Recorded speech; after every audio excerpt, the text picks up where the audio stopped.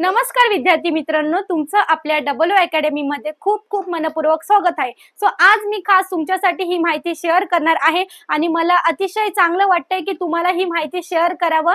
तर बघा, जर तुम्हाला पहिल्याच प्रयत्नात जर पास होण्याची आणि ते पण चांगल्या मार्कांनी जर पास होण्यासाठी तुम्ही अभ्यासाचे नियोजन कसे केले पाहिजे हे तुम्हाला मी आज शेअर करणार आहे। पहिली तर बात तुम्हाला एवढं माहित पाहिजे की जर तुम्हाला चांगल्या मार्क्सने जर पास व्हायचं असेल पहिल्याच प्रयत्नात, तर त्यासाठी तुम्हाला काय हवं, तर तुम्हाला चांगलं जे काही प्रॉपर अभ्यासाचे नियोजन पाहिजे, त्यानंतर तुम्हाला प्लॅनिंग तुम्ही करायला पाहिजे, टाइम टेबल बनवायला पाहिजे। आता फॉर एक्झाम्पल मी घेतलं, समजा एक विद्यार्थी असेल, तो समजा 10 तास किंवा 12 तास स्टडी करत असेल किंवा पूर्ण 24 तास तो स्टडी करत असेल, तर त्याच्यामध्ये समजा तो पूर्ण 24 तास स्टडी करत आहे आणि एक विद्यार्थी असा आहे की तो फक्त 12 तास स्टडी करत आहे। तर जो 24 तास स्टडी करणारा फक्त रटतोय, फक्त घोकंपट्टी करतोय, फक्त काय करतोय तर पुस्तक घेतलंय आणि तसं समोर काय करत आहे, वाचत बसलेला आहे। पण जो 12 तास वाला अभ्यास करतोय, तर तो काय करतोय, जे काही वाचतोय ते एकदम काय करतोय, मन लावून वाचतोय आणि सगळ्या गोष्टी एकदम कॉन्सन्ट्रेट करून काय करत आहे, तर रीड करत आहे। म्हणजे त्याच्या ज्या 12 तासामध्ये सगळ्या गोष्टी लक्षात राहत आहेत। पण जो 24 तास वाला आहे, तो काय करतोय, त्याला कोणत्याच गोष्टी समजत नाहीये, फक्त तो रट काय करतोय, वाचत आहे।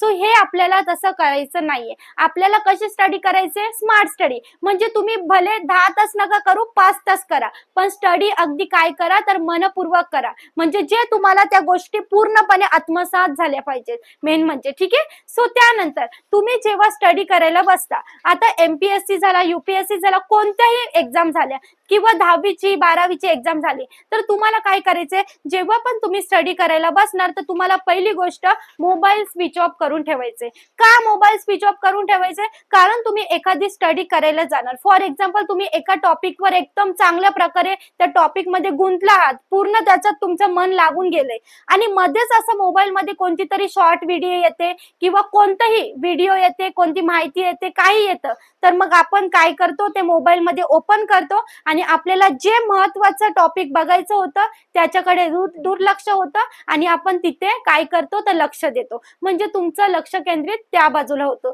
सो तुमचं कॉन्सन्ट्रेट एकाच अभ्यासावरच असला तर मग एकदम काय होणार, तर तुमचं पूर्णपणे अभ्यासाचं नियोजन एकदम चांगल्या प्रकारे होणार। आणि दुसरी गोष्ट, जेव्हा पण तुम्ही सकाळ सकाळी जो टायमिंग असतो तो एकदम फ्रेश टाइम असतो, ज्या टायमाला सकाळ सकाळी तुम्हाला अगदी चांगली एनर्जी असते, तर तुम्ही त्या टायमाला काय करू शकता, जो तुम्हाला कठीण सब्जेक्ट जातो, जो विषय तुम्हाला एकदम हार्ड जातो, समजा सायन्स झाला, त्यानंतर इतिहास झाला, भूगोल झाला, कोणताही घ्या, जो तुम्हाला कठीण सब्जेक्ट जातोय, तो आधी काय करा, सकाळ सकाळी तो तुम्ही काय करा, त्याची प्रॅक्टिस करायला घ्या। आणि जे काही तुम्हाला एकदम आवडते विषय आहेत ते तुम्ही कधी घेऊ शकता, एनी टाइम, ठीक आहे। पण सकाळी तुम्हाला जे हार्ड सब्जेक्ट जातं त्याची स्टडी तुम्ही सकाळीच करायला घ्या, ठीक आहे। त्यानंतर सकाळ सकाळी खूप जणांचं म्हणजे काहींचं असतं की सकाळ सकाळी ते काय करतात, तर म्हणजे असे न्यूज बघतात।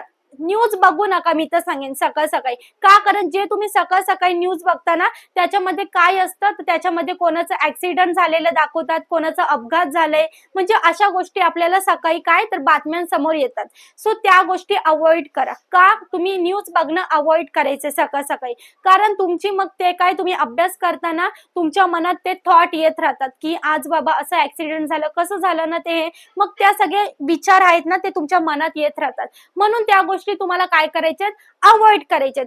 आणि ज्या अशा व्यक्ती आहेत ज्या तुम्हाला फक्त निगेटिव्ह बोलणारे आहेत, म्हणजे अशा व्यक्ती का बाबा तू काय पास होणार आहे, किती पण अभ्यास कर, तू नापासच होणार आहे, तुझ्याकडून काहीच होऊ शकत नाही। सो हे निगेटिव्ह थॉट आहेत, जे व्यक्ती तुमच्या सोबत निगेटिव्ह थॉट करतात, सो त्या व्यक्तींपासून तुम्ही काय करायचे, दूर राहायचं आहे आणि त्या व्यक्तींना अवॉइड करायचं आहे। आणि मेन म्हणजे मी तर सांगेन, सकाळ सकाळी त्यांचं तोंड पण तुम्हाला बघायचं नाहीये, तर त्या गोष्टींना तुम्हाला अवॉइड करायचं आहे, ठीक आहे। त्यानंतर झाली तुमची ही गोष्ट। आता पुढची गोष्ट अशी झाली तुम्ही जे पण करता, तुम्ही जेही अभ्यास करता, तुम्ही 2 दिवस किंवा 2 तास अभ्यास करता, ते एकदम मन लावून करायचं आहे. मग ते कोणताही सब्जेक्ट असो, ठीक आहे. आणि त्यानंतर रात्रीचे जर तुम्हाला म्हटलं तर रात्रीचा जो अभ्यास आहे तर तेव्हा कशी झोप येते, जास्त करून झोप तुम्हाला महत्वाची आहे घेणं. पण त्या टायमाला जर तुम्हाला झोप येत असेल तर तुम्ही त्या टायमाला गणित सॉल्व्ह करायला घ्यायची आहेत. कारण गणित जेव्हा सॉल्व्ह करताना आपलं पूर्ण माइंड काय राहतं, ऍक्टिव्ह राहतं.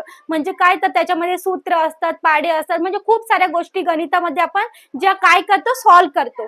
ठीक आहे. जे आपल्याला बाहेर करायच्या आणि जे सब्जेक्टने आपल्याला झोप येते ते सब्जेक्ट तुम्हाला रात्रीचे करायचे नाहीत. तर तुम्हाला रात्रीच्या वेळेला जे गणिताचं प्रिपरेशन आहे ते तुम्हाला रात्रीच्या टायमाला करायचं आहे. म्हणजे जर तुम्ही अभ्यासाचे नियोजन असे करणार तर तुमचं नक्कीच ह्याच्यामध्ये फायदा होणार आहे. ठीक आहे. तर तुम्हाला अशा प्रकारे काय करायचं, अभ्यासाचे नियोजन करायचं आहे. नाहीतर मग असं होणार की समजा एक व्यक्ती असा आहे जो पूर्ण दिवस काय करत आहे, अभ्यास करत आहे, प्लस तो लायब्ररी सुद्धा जात आहे, लायब्ररी सुद्धा जाऊन तो अभ्यास करत आहे. पण दुसरा व्यक्ती असा आहे बघा, जो व्यक्ती आहे तो लायब्ररीत जाऊन अभ्यास करतोय आणि घरी सुद्धा तो अभ्यास करतोय, म्हणजे पूर्ण तास तो अभ्यासच करत आहे, तरी तो पहिल्याच प्रयत्नात यशस्वी होत नाही. पण दुसरा व्यक्ती असा आहे जो पार्ट टाइम जॉब करतोय आणि 4-5 तास अभ्यास करतोय, तो पहिल्याच प्रयत्नात पास होतो. का बरं? ह्या दोघांमध्ये काय फरक आहे? तर जो पार्ट टाइम जॉब करणारा आणि 4-5 तास फक्त अभ्यास करणारा व्यक्ती, कारण त्याचा जो प्लॅनिंग आहे, त्याचा प्रॉपर प्लॅनिंग आहे, त्याची प्रॉपर स्ट्रॅटेजी आहे, जी त्याला काय करते तर त्याला मदत करते. म्हणजे तुम्हाला काय करायचे, त्यासाठी मार्गदर्शन, एक प्रॉपर गायडन्स घ्यायचा आहे. जर तुमचं प्रॉपर गायडन्स असेल, प्रॉपर मॅनेजमेंट असेल तर तुम्ही इझिली काय करू शकता, म्हणजे साइड बाय साइड तुम्ही एक्झाम कोणत्याही क्रॅक करू शकता, ते पण पहिल्याच प्रयत्न. म्हणून मी सांगते की लायब्ररीत गेलं आणि 24 तास अभ्यास केलं, असं नाही की मी लायब्ररीत गेलो आणि मी 24 तास अभ्यास केलो म्हणजे मी पहिल्याच प्रयत्नात अभ्यास करेन म्हणजे पास होईल. तर तुम्ही जे पण अभ्यास करता ते किती तुम्हाला आत्मसात होतंय, किती तुम्हाला त्या गोष्टी समजतायत ते महत्वाचं आहे. फक्त अभ्यास केलं आणि नंतर मग आपल्या पूर्ण डोक्यावरून त्या गोष्टी सगळ्या बाहेर गेल्या तर त्याचा आपल्याला फायदा होणार नाहीये. ठीक आहे. म्हणून तुम्हाला जर अभ्यासाचे नियोजन करायचं असेल तर अशा प्रकारे तुम्हाला करायचं आहे. आणि निगेटिव्ह जे थॉट असतील ते तुम्हाला काय करायचे, तुमच्या डोक्यामधून पूर्ण ते बाहेर काढायचे. ठीक आहे. फक्त तुम्हाला बी पॉझिटिव्ह, म्हणजे तुम्हाला फक्त पॉझिटिव्ह गोष्टी ठेवायच्या आहेत की बाबा मी ह्याच प्रयत्नात पास होणार आहे आणि मला ह्या गोष्टी पूर्णपणे पॉसिबल होणार आहेत, मी ह्या सगळ्या गोष्टी पॉसिबल करणार आहे आणि हे सगळ्या सोप्या गोष्टी आहेत, मी ते पॉसिबल करेनच. म्हणजे या पॉझिटिव्ह जर थॉट ठेवणार तर तुम्ही नक्की यशस्वी होणार. सो तुम्हाला जर अशा प्रकारे स्टडी करण्याचं नियोजन आहे, जर असं तुम्ही नियोजन करणार तर तुम्ही पहिल्याच प्रयत्नात यशस्वी होणार.